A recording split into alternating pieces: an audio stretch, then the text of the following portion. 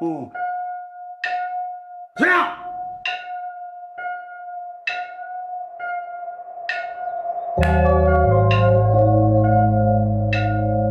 착하지. 이거가 착한. 진짜 상징적이다. 진짜 센데요. 이놈이 나한테 있었어. 나는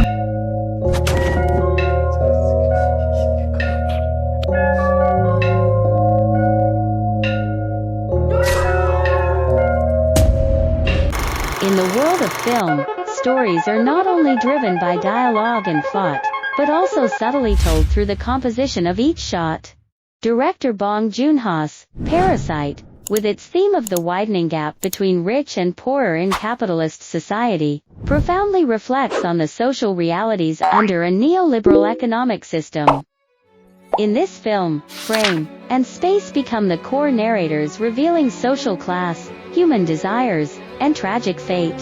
Today, we will delve into Parasite to see how the director uses his auteur lens through meticulous spatial design and cinematic language to visualize abstract social classes, constructing a sharp contemporary class allegory.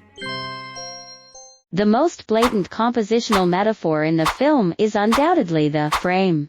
Whether it's the sewers in Memories of Murder, symbolizing the abyss of truth and sin, or the marginalized family grocery store in The Host, we always see Bong Joon-ho's consistent auteur mark. Space is never just a backdrop.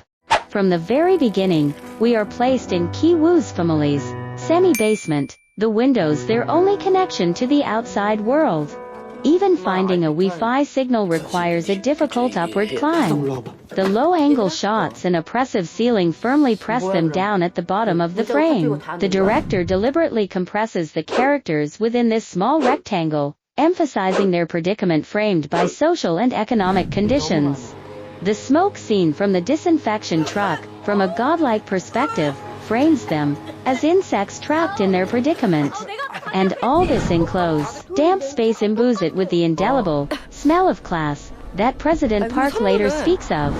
After the protagonist's family successfully completed their parasitic inhabitation, they were startled by a sudden ringing of a bell and scattered like cockroaches, cowering under the coffee table in the living room.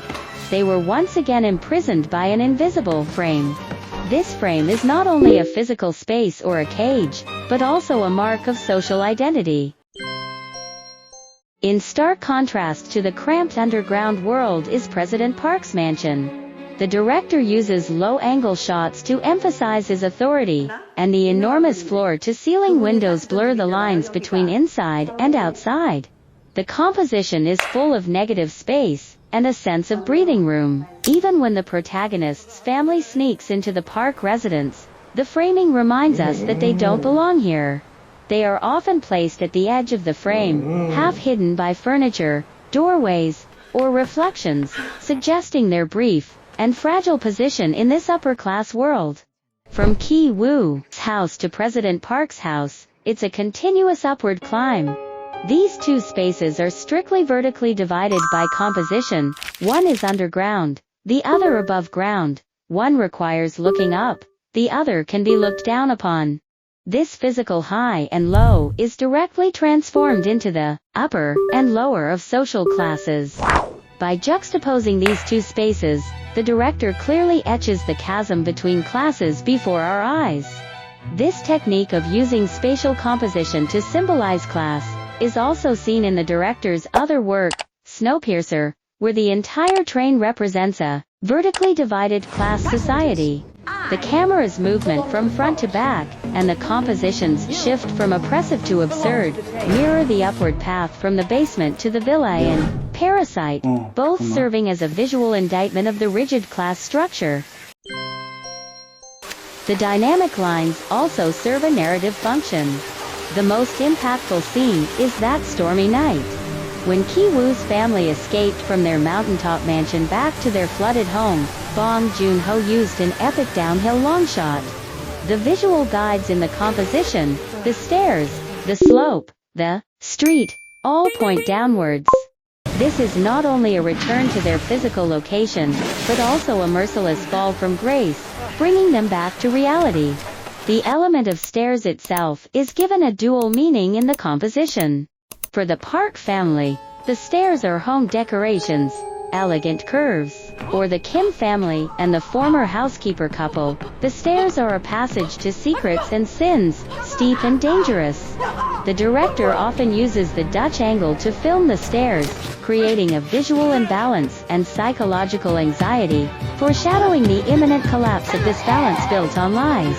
In the film, the stairs are not only a tool connecting spaces, but also a tangible symbol of class barriers.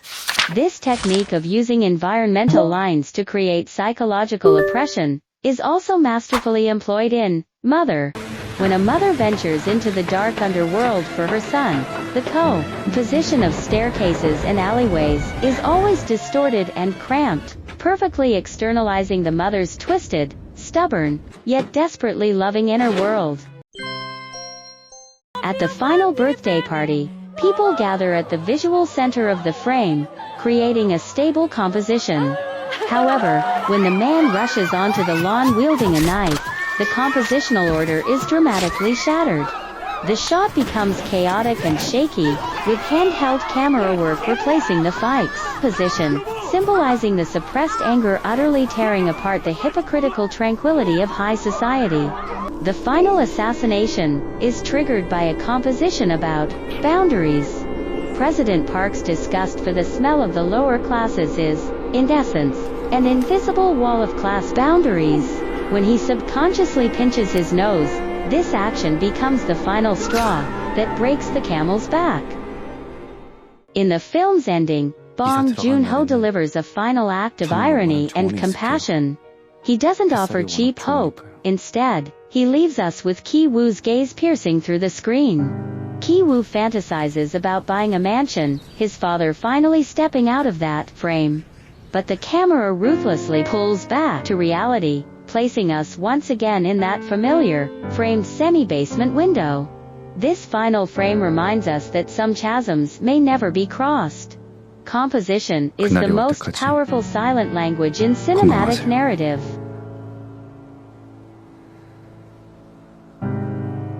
그럼 이만.